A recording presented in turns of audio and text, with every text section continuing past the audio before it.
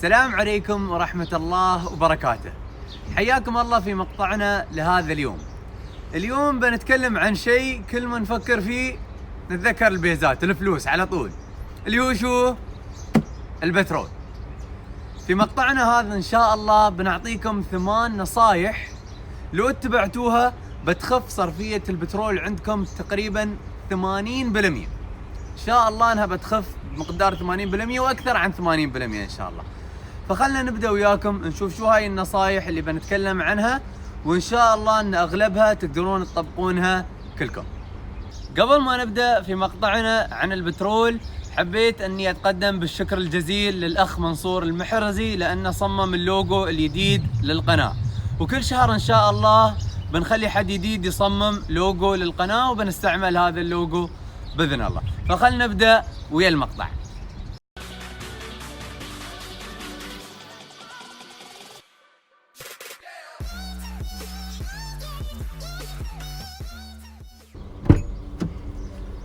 أول نصيحة بنتكلم عنها هي النصيحة اللي تبهدلنا كلنا. شوفوا كيف حر برا وحين صيف. أشوف درجة الحرارة كم. شوف درجة الحرارة 42 درجة. فدائما أول شيء أسويه شو؟ أفتح المكيف آخر شيء. هذا المكيف فتحته آخر شيء، براد مرتاح. شو المشكلة؟ المشكلة إن المكيف يصرف تقريبا 20 درهم بترول زيادة. يوم المكيف يصرف 20 درهم بترول، مو ب 20 درهم سوري، 20% بترول زيادة من المكيف. فإذا كان الجو حلو، حاليا الجو أبدا مو بحلو، لكن إذا كان الجو حلو سكروا المكيف، نزلوا الجامات. هالشيء بيساعدكم وايد في الصرفية. وحتى إذا حر ما يحتاج تشغلون المكيف لين آخر شيء، 3 حبات 4 حبات تكفيكم. إذا حر بعد شو تسوون؟ ثاني نصيحة نبغى نقول لكم عنها، ما بتعيبكم وايد، خاصة حق اللي يزودون سياييرهم. ليش؟ لأن كل تزويد يزيد الصرفية. أي شيء بتسوونه في الموتر بيزيد قوة الماكينة بيزيد صرفية البترول. فلتر، خلينا نفرض ركبت فلتر، شو بيسوي؟ بيدخل هو زيادة بيحرق بترول زيادة، صرفية البترول زادت.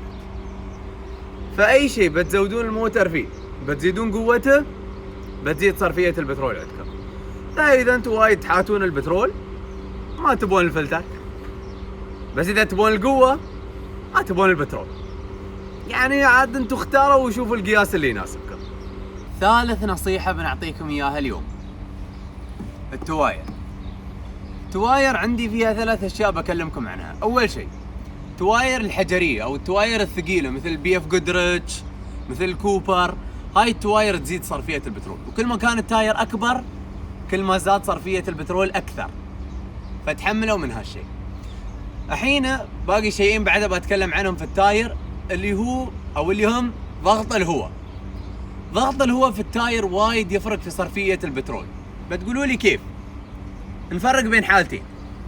في الشارع إذا الضغط عالي، مثلا نتكلم 40 PSI، صرفية البترول تكون وايد أحسن. إذا كنا مثلا نمشي على 20 PSI صرفية البترول بتكون وايد أسوأ بشكل كبير وملحوظ. لكن نفرض أن دخلنا البر. إذا دخلنا البر كل ما كان الهواء أقل في التاير كل ما كانت الصرفية أحسن، لأن الموتر بيمشي مرتاح بدون ما يرفع ال RPM، ما يحتاج ترفعون ال RPM. لكن إذا دخلتوا البر ب 40 PSI الموتر بيتعب، بيتم ال RPM عالي فبيصرف بترول أكثر. فإذا بغيتوا صرفية أحسن في الشارع خلوا ال PSI عالي، إذا بغيتوا صرفية أحسن في البر خلوا ال PSI نازل. بس دائما تأكدوا من المانيفاكتشرر أو المصنع للتاير بحيث تعرفون كم الماكسيموم PSI اللي تقدرون تسيرون، ما تبون تصيرون ضغط أعلى عن الحد الأعلى للتاير.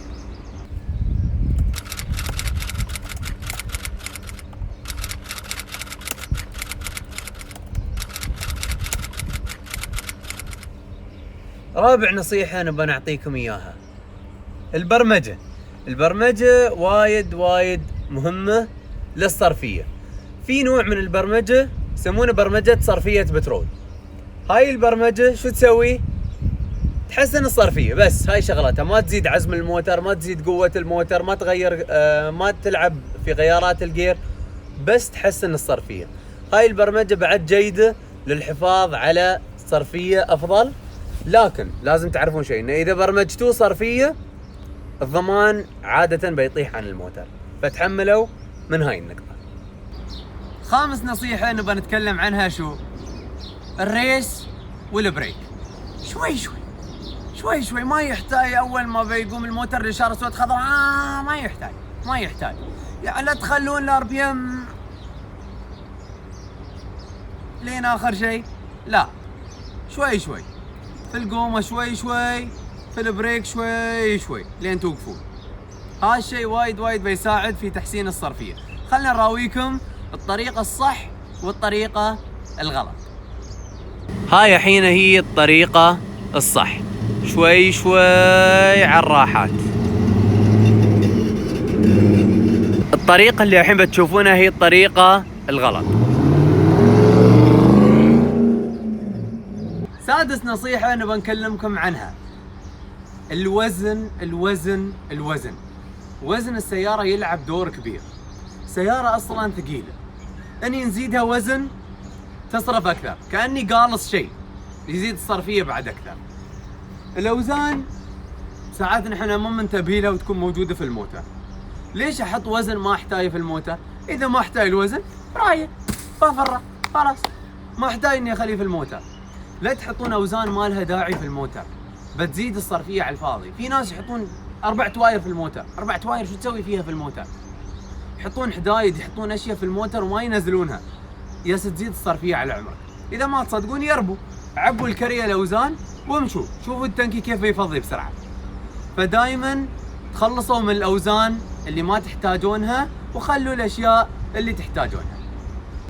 النصيحة السابعة وقبل الأخيرة، هاي النصيحة يمكن أغلبكم ما يتفقون وياي فيها ويكون وياكم حق، لأن يمكن ما تنفع للكل، لكن بالنسبة لي أنا هاي النصيحة وايد نفعتني، خاصة في الليل.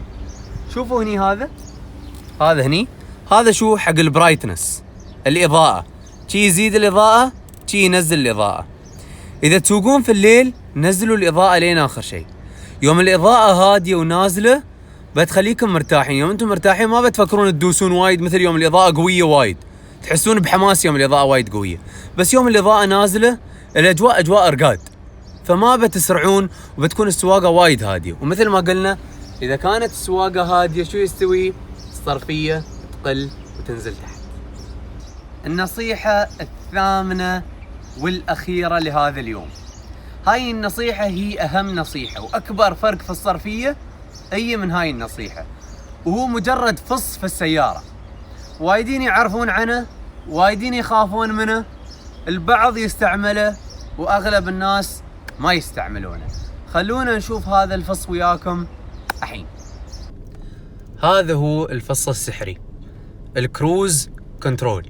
الكروز كنترول يثبت السرعة والار بي ام، فيوم يسوي هالشيء يوفر بترول وايد. خلني اراويكم الحين، بصور لكم الجيج مال البترول اللي يقيس الكونسمشن والاستهلاك، فبراويكم بدون الكروز كنترول كيف، وبراويكم ويا الكروز كنترول كيف.